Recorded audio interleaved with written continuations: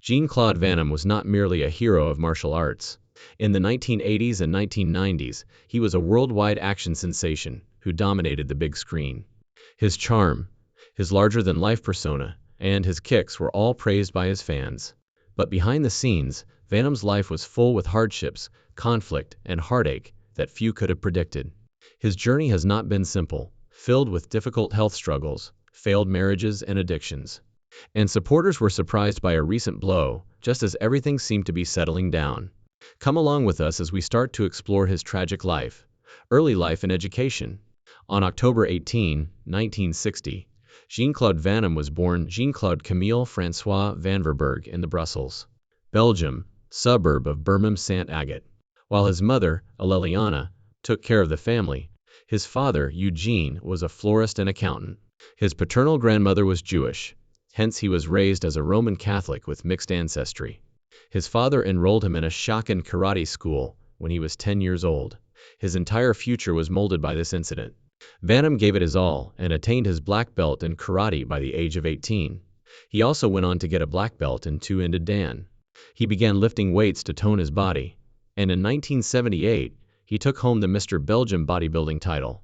Additionally, starting at age 16, he studied ballet for 5 years. Ballet is an art, but it's also one of the hardest sports.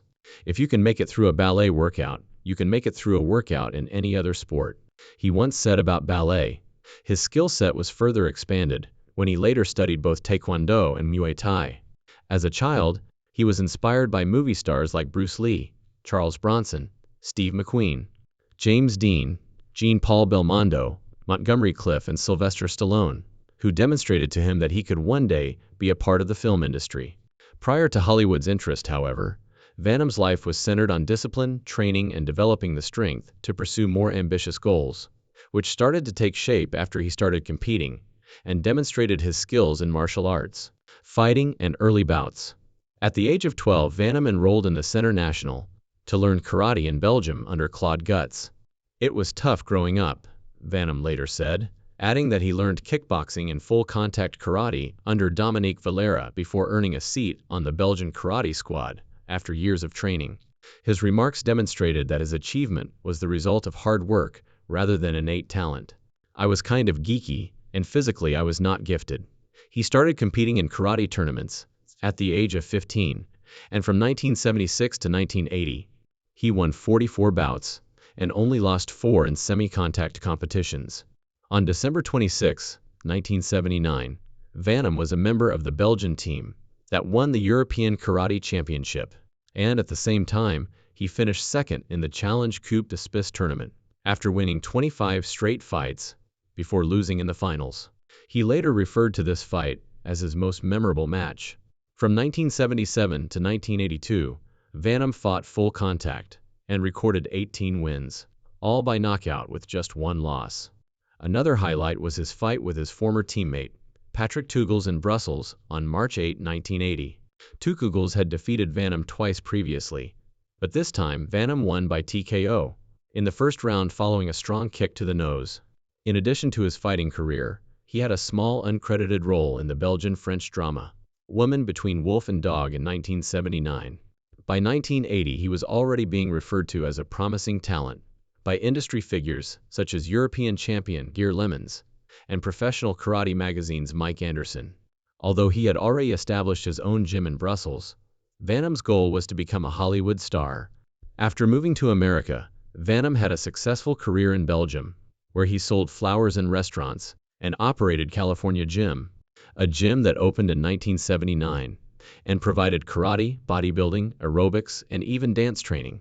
It brought in up to $15,000 a month at its height, but Van Damme had his sights set on something else. And when he sold the gym, his father did not comprehend, recalling, "My father thought I was insane. What the hell are you doing? In Brussels, your gym is the best. You own a gorgeous apartment and a sports automobile. You can buy everything you want because you're so wealthy." Van Damme moved to the United States in 1982 with the goal of becoming an actor, a desire he worked for years to develop. But in 1988, he had his breakthrough with Bloodsport. "And now you're going to sell your business and go to America." He was extremely disappointed, but he went nonetheless. Admired for his athleticism and charisma, the movie made him a star, and the hits continued to come. Van Damme starred in films such as Cyborg, Kickboxer, Lionheart, Death Warrant, Double Impact, Universal Soldier, Nowhere to Run, Hard Target, Time Cop, Street Fighter, Sudden Death, The Quest, and Maximum Risk between 1989 and 1996. He worked with Hong Kong filmmakers like John Wee Hark and Ringo Lam, who were breaking into Western markets. And his action films became global successes, with his name linked to martial arts excitement. His films made over $3.3 billion worldwide, making him one of the most successful action stars of all time. However, fame faded as quickly as it arrived. By the late 1990s, his box office power had diminished, and many of his films were released directly to DVD, making it difficult for fans to watch. However, Van Damme was not done. A new chapter in his life was ahead, one that would challenge him, but also put him back in the spotlight, completing a full circle in his career. Van Damme was a huge star in the 1980s and 1990s, and even though critics didn't like his movies, people still loved them. However, the 2000s were difficult for him. Films like The Order 2001 and In Hell 2003, which frequently skipped theaters and went straight to DVD, didn't have the same impact. 2008 was a turning point in his career. In 2009, Van Damme returned to Universal Soldier with Regeneration, reuniting with Dolph Lundgren. Van Damme played a washed-up action hero in the movie JCVD, where he played a version of himself. His honest performance received praise, earning an 84% score on Rotten Tomatoes. Both critics and audiences were surprised by his ability to show vulnerability. He played Luke Dero again in Universal Soldier Day of Reckoning in 2012, and he even made a full-circle return to Kickboxer in 2016 and 2018 with Vengeance and Retaliation. He also starred alongside Stallone in The Expendables 2 in 2012 this time, as the main antagonist. Critics praised his thoughtful, even damaged performance, claiming he portrayed someone who only knows violence. In addition to action roles, Van Damme pursued a variety of other projects, including a lead role in Darkness of Man in 2024, a voice role in Minions, The Rise of Gru in 2022, and a television role with Jean-Claude Van Damme in 2016-2017, which was produced by Ridley Scott. These endeavors demonstrated his ability to adapt and persevere in a field that frequently forgets its stars. Fans saw his return to the screen as a reminder of the unflappable fighter whose life had taken him from a quiet boy in Brussels to international fame, decline, and then return to the spotlight. In addition, did you know that Jean-Claude Van Damme's name made headlines in 2010 for an odd encounter with Vladimir Putin? When Jean-Claude Van Damme was spotted with Russian Prime Minister Vladimir Putin at a bare-knuckle fighting event in Sochi in 2010. His name suddenly made headlines for an unusual reason. It seemed almost unreal, like something from a movie, to see the action star sitting next to one of the most powerful people in the world. Putin's spokesperson confirmed the meeting, but it quickly became an internet legend, with people finding it hard to believe it happened under such crazy circumstances. Years later, in 2019, Van Damme finally sat down with a Hollywood Reporter to correct the record. Reports said they not only spoke, but also shared a meal while watching the bloody spectacle unfold. The meeting was real, he acknowledged, but what transpired could have passed for a comedy sketch. Van Damme said that he reached down to retrieve his bag beneath the chair at one point, saying, "I go for my bag to take my chapstick while the fight is happening. Upon reaching my suitcase, I am confronted by 20 security guards." Fortunately, Van Damme was able to clarify that he only wanted to get his chapstick, and the tense situation swiftly ended. What could have been a disaster turned into a humorous story that perfectly captured Van Damme's strange and unpredictable life. Prior to this, Putin's guards had assumed he was reaching for a weapon. Even though this encounter was surreal, the actor's biggest struggles were not in Russia, but rather in Hollywood, where he was blacklisted. Hollywood is known for creating stars quickly and destroying them just as quickly, and Jean-Claude Van Damme learned this lesson the hard way. He was one of the biggest names in action movies in the late 1980s and early 1990s. After earning over $100 million in 1994, Universal Pictures offered him a huge deal, $12 million per film for 3 films. It was a career-defining contract, but Van Damme wanted more. However, he vanished from the public eye within a few years, leaving many wondering what went wrong. Van Damme believed he deserved the $20 million a film that Jim Carrey was earning at the time, when he was at the height of his fame. Looking back, he told The Guardian, "I was making movie after movie, and in between movies, I was doing promotion. I was worn out. I was making money on everything I touched. I wanted to act like a fool and tamper with the system, since Jim Carrey was getting paid a fortune. Absurd. In a single moment, his career went from unstoppable to unstable. For an actor who had built himself from nothing, the fall was difficult to accept. But worse was yet to come. Behind the scenes, Van Damme was dealing with something far darker than failed negotiations. The studio refused to entertain his demand. His request backfired badly. I was on the blacklist. That was it, he later admitted. Van Damme's image on screen was that of an unstoppable fighter, but off-screen he was struggling. Fame and constant work had left him exhausted, so he turned to cocaine as an escape. By the mid-1990s, his habit had gotten out of control, with reports stating that he was using up to 10 G a day and spending up to $10 a week. Even though his career was full of spectacular wins and powerful kicks, his real-life battle with a powder nearly destroyed him. He was still earning millions of dollars, including $7 million for Street Fighter, but his addiction made him reckless and conceited, and his fifth marriage failed, and his reputation in Hollywood waned. Van Damme recounted the night he nearly died, in a hotel room in Hong Kong. In an interview with Entertainment Weekly in 1998, saying, "I was in the room. I put my issues, my concerns, and my complexes on the back of a script. I wrote almost 80 pages with that coke. I kept writing till I nearly fainted. Then I was in the room's corner. I was going to die. My body was on the ground. I was chilly. I was hot. I was afraid. Neither a man nor a woman felt like me."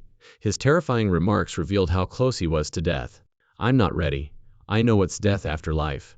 I simply returned to that envelope, that body with that soul." He was greatly shaken by that incident. Even though he still had difficulties, it was a turning point in his life, when he understood that he needed to fight for his life with the same ferocity as he did in his movies. However, he still faced further personal struggles after quitting drugs, individual battles and public positions. Van Damme's life was in disarray from 1993 to 1996 due to the ongoing pressure of filming and promotion. As his addiction grew worse, he was arrested for driving under the influence in 1999. He eventually sought to beat his drug addiction by stopping completely and exercising after rehabilitation efforts failed.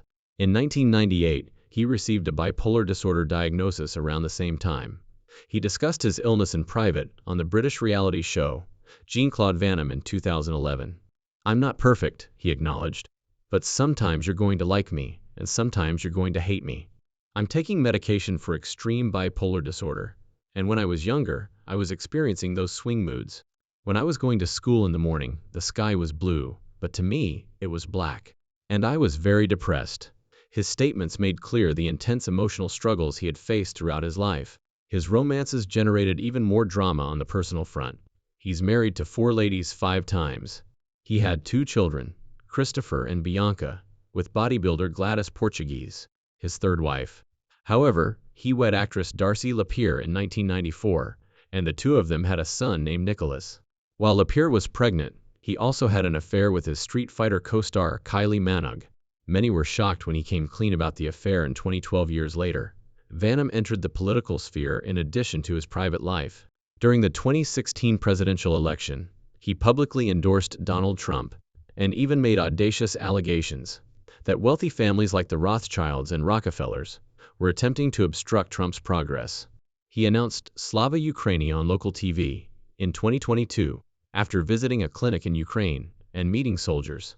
Then, remembering their prior meeting in Russia, he made an appearance on a Telegram channel in April 2025, calling on Vladimir Putin to serve as an ambassador for peace.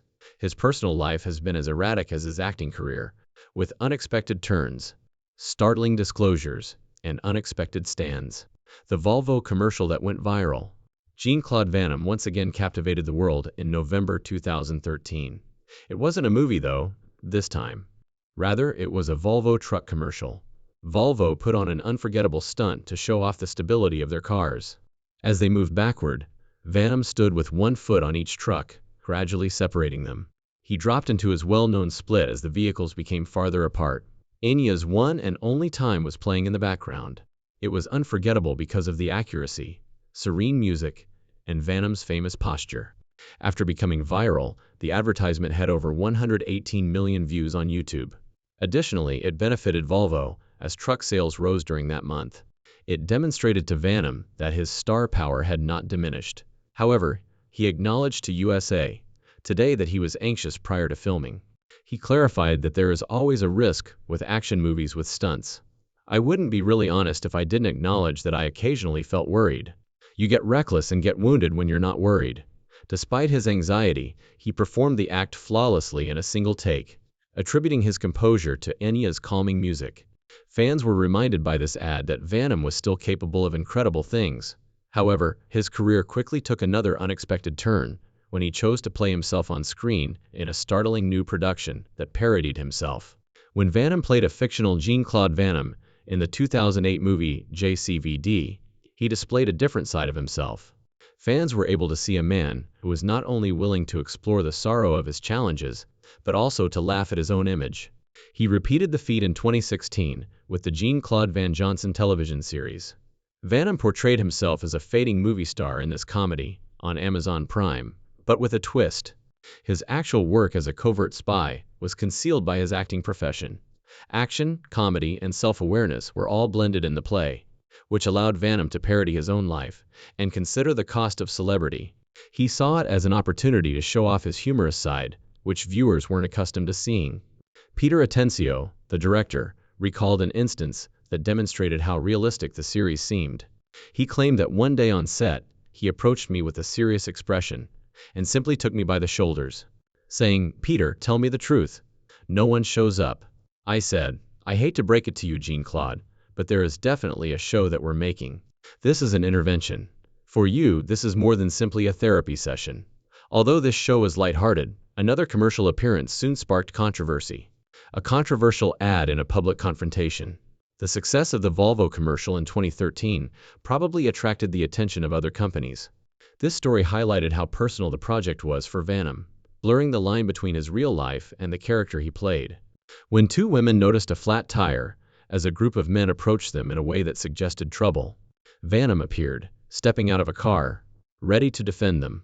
This was part of the Unexpected Situations campaign that Australian auto repair company Ultratune ran in January 2017. Van Damme then delivered the punchline, saying that Ultratune would be there to help even though he wouldn't be. The company even released a second version of the advertisement, which showed one of the men smashing the car's headlights with a baseball bat before Van Damme appeared. Instead of a fight, the men became fans and asked him for selfies. While commercials typically helped Van Damme stay in the public eye in a positive way, this one demonstrated how easily campaigns could spark backlash. In the same year, Van Damme's name made headlines again, but this time it wasn't about acting or advertising. This version was banned by Australia's Ad Standards Board for depicting violence and threatening behavior towards women. Ultratune denied the accusation, but agreed to change the ad. A heated altercation between Van Damme and Power Rangers actor Jason David Frank, whose history dates back to 1995, when Van Damme allegedly ignored Frank at the premiere of Mighty Morphin Power Rangers, was captured on camera during a 2017 Comic-Con in Mexico. When the two met again in 2017, tensions arose again after Frank challenged him to a fight in 2010, but received no response.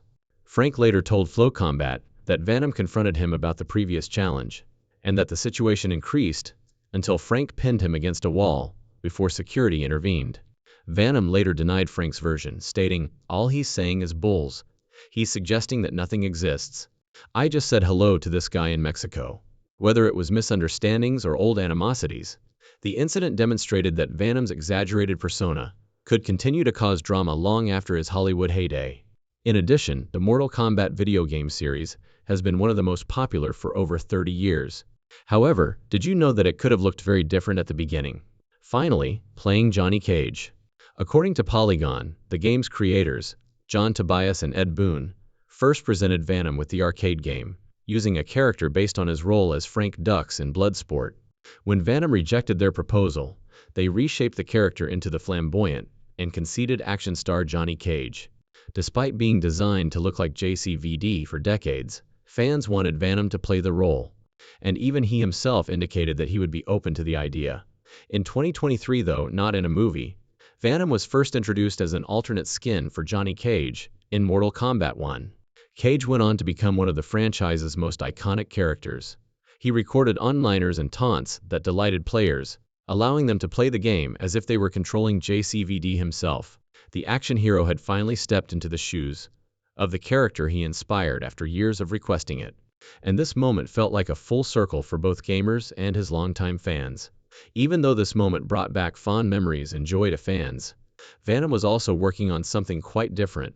He was entering the business world, and you might be surprised by the product he chose, from splits to whiskey. By 2023, Jean-Claude Van Damme had moved past fighting and movies, and had made the decision to start his own whiskey company.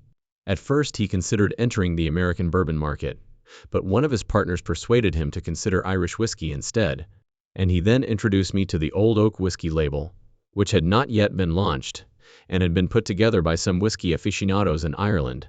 Van Damme said in an interview with Hospitality Ireland, he entered the market with Old Oak Irish whiskey in October of that year. Business experts often advise diversifying and not putting all your eggs in one basket. Van Damme's decision to enter the whiskey market demonstrated that he was more than just an action star. The brand positioned itself as an extension of his own personality, with its website describing Old Oak as a whiskey that embodies the dynamic spirit and boundless energy of Jean-Claude Van Damme. Additionally, it kept his name in the public eye without the dangers of movie stunts, keeping him current and enabling him to reach a whole new audience. However, even though his new venture appeared promising, another old story reappeared, and the long-running conflict between Jean-Claude Van Damme and Steven Seagal once again made headlines. One of Hollywood's most well-known rivalries, the one between Jean-Claude Van Damme and Steven Seagal, started in 1991, when Seagal asked Van Damme about his martial arts abilities on the Arsenio Hall show. From then on, the two were perceived as rivals, and frequently made subtle jabs at one another in interviews. It appeared that the tension had subsided by the mid-20s, but Van Damme was unable to avoid rekindling it in 2023. In an interview with The Telegraph, he described how he would defeat Seagal in a fight, saying, with a hint of humor, that his plan would be straightforward: turn Seagal out. He even made a remark about Seagal's fitness, calling him overweight. Another shocking story Van Damme shared was that Hollywood executive Peter Guber once attempted to set up a real fight between them at the Mirage in Las Vegas, saying, "They were having an idea to have a fight between me and Steven at the Mirage." Van Damme said, "They said 20 million each," but he declined the fight.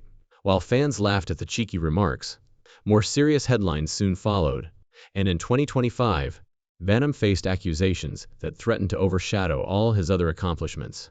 Allegations and troubling revelations. This comment brought the rivalry back into the public eye, and fans once again debated who would win if they ever fought in real life. The story also reminded everyone that egos and grudges from the past never fully disappear. Romania's Directorate for Investigating Organized Crime and Terrorism confirmed that a complaint had been filed against Jean-Claude Van Damme on April 20, 2025, and that the case had been forwarded to the Territorial Service for review. This came amid shocking news that Van Damme was being investigated for alleged sexual relations with human trafficking victims. Van Damme was accused of knowingly having sex with 5 trafficked Romanian women during an event in Cayenne, according to Romanian lawyer Adrian Cuculis, who did not disclose specifics but said one alleged victim testified. The allegation was part of a broader investigation into human trafficking networks, including those involving minors. The headlines created a stir, but Van Damme's agent, Patrick Goek, vehemently denied the allegations, telling USA Today and People that the reports were both grotesque and non-existent, adding that Van Damme does not wish to comment on or fuel this rumor, which is as absurd as it is unfounded. "Those girls, they go and they kiss me on the lips," Van Damme told the New York Post after making an appearance on the popular sitcom Friends in the 1996 episode, the one after the Super Bowl. Although fans enjoyed the cameo, Van Damme later acknowledged to the publication, "My acting is so bad I'm ashamed of myself. It was odd, I had no idea what to do or how to do it." However, behind the scenes, executives painted a more disturbing picture. Producer Kevin Bright and director Michael Liebeck disclosed that Courtney Cox and Jennifer Aniston both begged them to instruct Van Damme to refrain from using his tongue during kissing scenes. "I couldn't believe it," Liebeck recalling that he had to be told multiple times. He was accused of setting up a sexual trap for a female actor on set in 1993, and others characterized him as conceited and unprepared, even likening him to the monkey Marcel in terms of difficulties. "I had to warn him again, but a little firmer," The 2025 investigation demonstrates how Van Damme's later years became a jumble of comeback moments, business ventures, and damaging controversies. In 1997, his then-wife, Darcy Lear, accused him of physical abuse during their divorce, claiming his cocaine addiction fueled violent behavior and left her too afraid to stay. Van Damme called the accusation completely without merit. Please share your ideas in the comments section below. And remember to hit like, subscribe, and stay tuned for more amazing stories from Hollywood's intriguing past. Do you believe Jean-Claude Van Damme will be remembered more for his films or for his controversies? See you next time.